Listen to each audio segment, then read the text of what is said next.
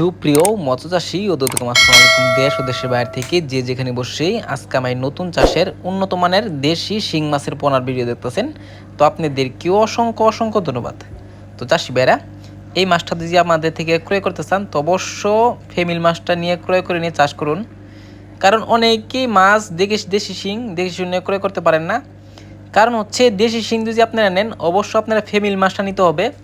ফেমিল মাছটা 3 থেকে 4 মাসের ভিতরে বাজারজাত হয়, আর পুরুষ মাছটা কিন্তু একটু সময় লাগে। অবশ্য আপনারা দেখে শুনে গেডিং দিয়ে মাছটা ক্রয় করার চেষ্টা করবেন।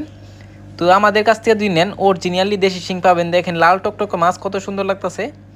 এই মাছটা আমরা গেডিংয়ের মাধ্যমে ফেমিল মাছটা আমরা 100%-এর ভিতরে 90% ফেমিল মাছটা দিয়ে থাকি। তো চাষি ভাইরা, আপনারা যদি এই মাছটা নিতে চান তো অবশ্য অল্প সময় কিন্তু আপনারা বাজার করতে পারবেন। দেখেন কত সুন্দর লাগতেছে মাছটা, কিন্তু যে মাছটা দেখতে পারতেছেন এই মাছটা আমরা গেডিং দিছি না। অবশ্য গেডিং দিলে কিন্তু এই যে বড় সাইজটা এটা হচ্ছে ফিমেল মাছ, আর এর ভিতরে যে ছোটো সাইজটা দেখতে পারতেছেন এই মাছটা হচ্ছে পুরুষ মাছ। অর্থাৎ এই মাছটা যদি আপনারা সংগ্রহ করেন অবশ্য আমাদের থেকে নিয়ে চাষ করতে পারবেন। কারণ হচ্ছে এই মাছটা আমরা গেডিংয়ের মাধ্যমে সারা বাংলাদেশে হোম ডেলিভারি করে থাকি। তো চাষি ভাইরা, আপনারা যদি শিং মাছ চাষ করেন অবশ্য কিছু নিয়মকানুন আছে, অবশ্য আপনারা নিয়মকানুন অনুযায়ী মাছটা করবেন। একটা মাছের কোনো ক্ষয়ক্ষতি হবে না, যত্ন সহকারে আপনারা মাছটা করতে পারবেন।